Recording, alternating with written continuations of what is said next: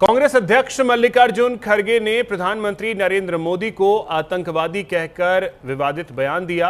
ऐसे में बीजेपी के कई नेताओं ने उन पर कड़ी प्रतिक्रिया दी और माफी मांगने की मांग की है। इसी को लेकर हमारी संवाददाता आंचल यादव ने बीजेपी के ओडिशा प्रभारी विजय पाल सिंह तोमर से खास बातचीत की है।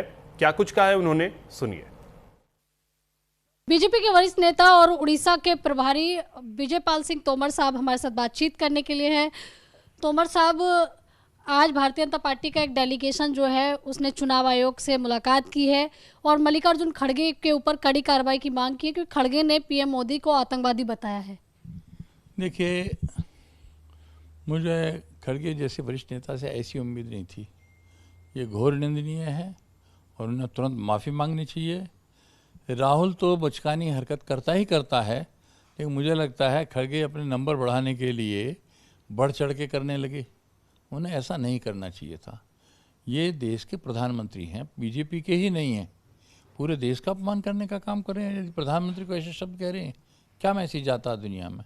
उनका ये बिल्कुल घोर निंदनीय है। इनके खिलाफ कार्रवाई होनी चाहिए और उन्हें तुरंत बिना शर्त माफ़ी मांगनी चाहिए। धन्यवाद। तो देखिए, यहाँ पर आप विजय पाल सिंह तोमर को सुन रहे थे। बीजेपी के वरिष्ठ नेता हैं और उड़ीसा के बीजेपी के प्रभारी हैं। कैमरा पर्सन आपके साथ में आंचल यादव, न्यूज़ इंडिया, दिल्ली। वहीं इस घमासान के बीच हमारी संवाददाता आंचल यादव ने कांग्रेस सांसद तारिक अनवर से भी खास बातचीत की। क्या कुछ कहा है उन्होंने, सुनिए।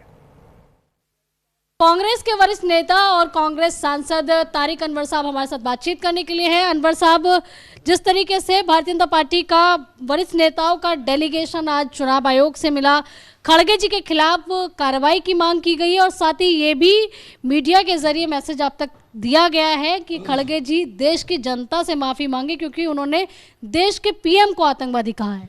बिल्कुल ऐसा नहीं। उन्होंने कल ही इस बात का खंडन कर दिया था, पुरजोर खंडन कर दिया था और कहा था कि हमारे कहने का अर्थ कुछ और था।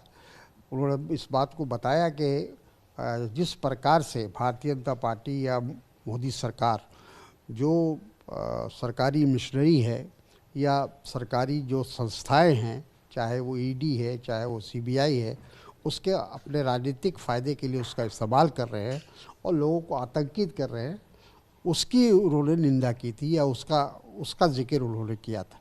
तो जब एक बार उन्होंने उस बात को एक्सप्लेन कर दिया, तो स्पष्ट कर दिया, तो फिर उनके ऊपर इस तरह का दबाव बनाना उचित नहीं है।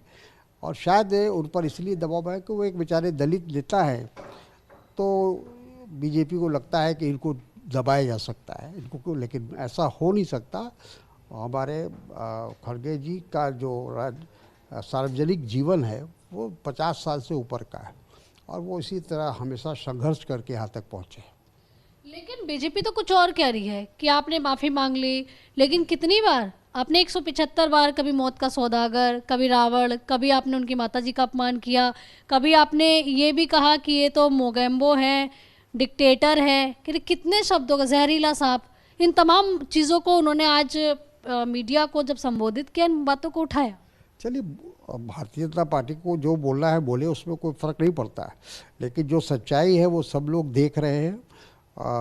भारत की राजनीति में किस तरह से भारतीय जनता पार्टी जो अपने विपक्ष को दबाने के लिए, उनकी आवाज़ को दबाने के लिए किस तरह से जो भी संस्थाएं हैं, जो कॉन्स्टिट्यूशनल संस्था है, उसको इस्तेमाल कर रहे हैं, ये तो दुनिया देख रही है और तमाम इसका कंडमनेशन हो रहा है, दुनिया के लेवल पर कंडमनेशन हो रहा है। धन्यवाद। तो देखिए, तारिक अनवर साहब को आप सुन रहे थे। कैमरा पर्सन आपके साथ में आंचल यादव, न्यूज़ इंडिया, दिल्ली।